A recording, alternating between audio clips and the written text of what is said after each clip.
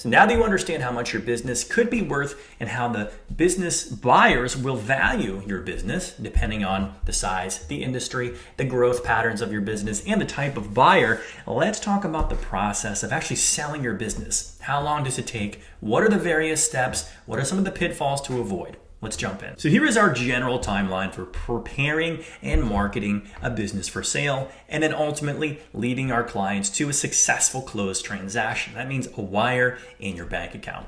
So in general, we recommend that if your business is ready, if you are ready, you have your advisors lined up, you're ready to start preparing and marketing your business to the universe of potential buyers, we recommend planning for 4 to 6 month process. Now, if you're more prepared, if your business is rather large, healthy, growing, revenues are up, margins are stable, and your profits are stable and growing, then it's very likely your business is going to sell more quickly.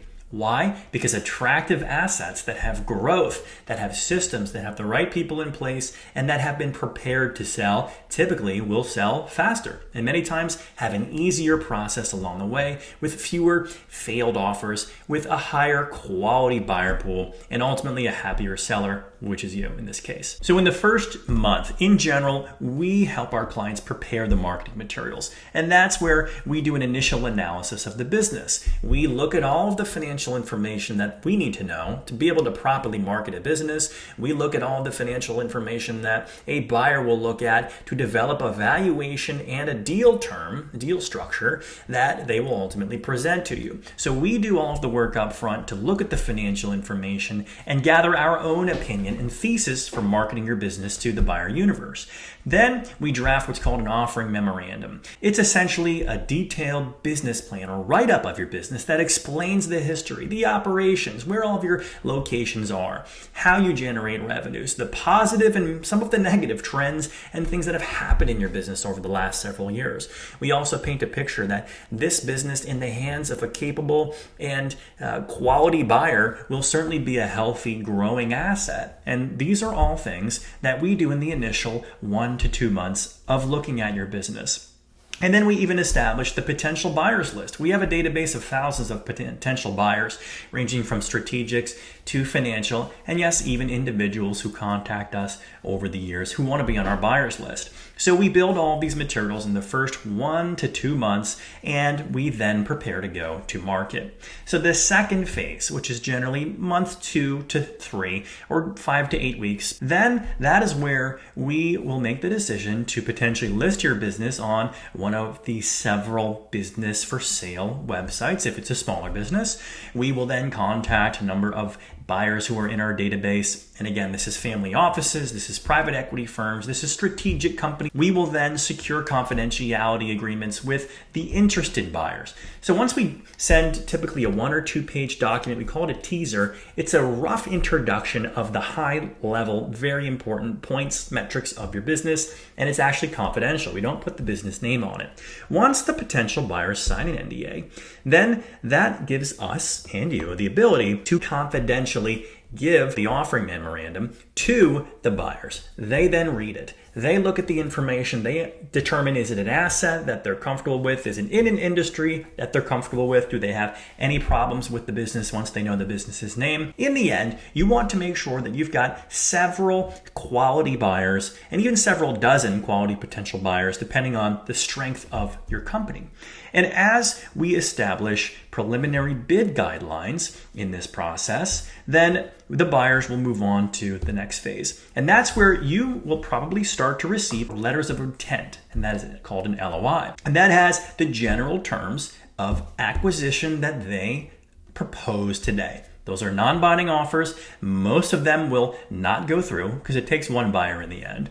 But in essence, these buyers will send some indication of valuation, timeline, and deal structure to buy your business.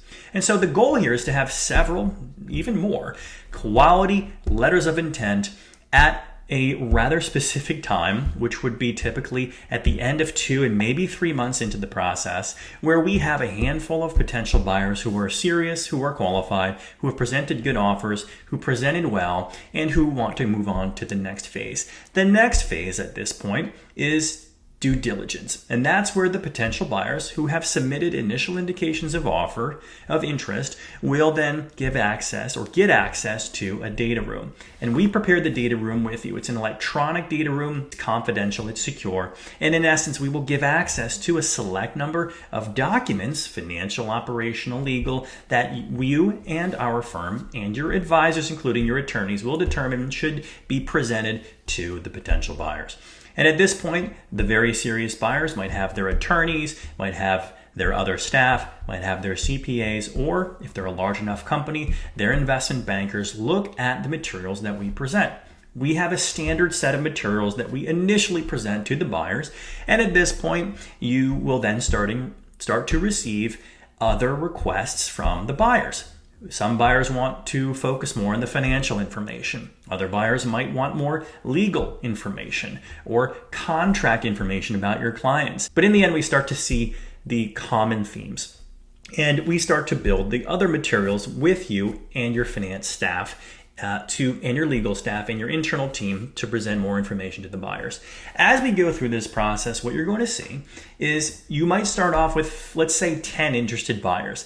After 2 to 3 to 4 weeks of additional due diligence where they're requesting information, we're providing information, naturally you're going to have a number of buyers back out of the process and say, thanks for the time, thanks for the information, but we've determined it's just not a fit for us today. And that's totally fine, because think about it. If we go out and send the initial information to 100 potential buyers, and then we have 10 who submit offers of interest, and then after a couple more weeks, we have 4 or 5 who are still very serious and very interested left over, that's perfect. That's what the process does. It brings all the buyers through this exact structured process, and it reduces the buyers list down to 2 to 3 potential buyers at the end, and ultimately we will select the one buyer to proceed with. That is how the process works. Now, as we go through this whole process, you will have to go and meet the buyers, either virtually or in person. And depending on the type of process and how much interest we have, we can even schedule what's called a management presentation day or week.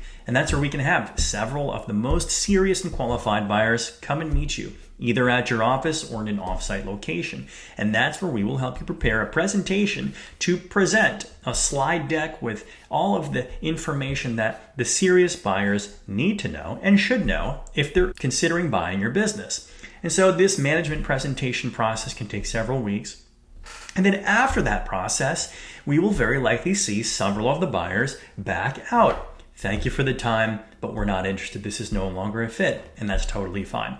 We started with 100, we got to 10, let's say 6 met you in person or had management presentations, and at this point, we are going to ask all the buyers to submit final indications of interest and value. And that's where they will refine their letters of intent. The purchase price very likely will change, as it always does. Sometimes it goes down, sometimes it goes up, and sometimes it stays the same, because they've now learned a lot more information. They've seen hundreds of financial and legal and operational documents. They've met you and some of your key managers and staff in person or virtually. They have a much clearer picture of whether this is a business that they would like to invest in or buy or not. So the final process is to select the winner. And we many times have 2 or 3 potential buyers at this stage. And so we'll work with you to evaluate the details of the 3 final offers that they have submitted. And then we will select one and usually a backup to proceed with.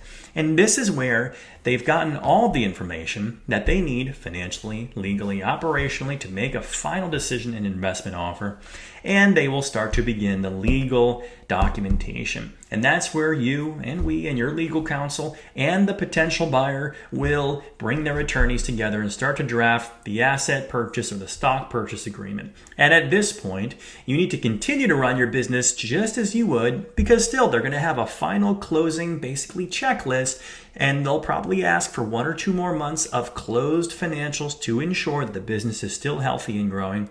And so at this point, we are near the finish line. You've got the final buyer on the hook. They're interested and excited. You're interested and excited. The attorneys are talking. They're doing all their important work to finalize the transaction. And at this point, the best you can do is keep running your business. Keep signing up new customers. Keep all of your employees happy and around.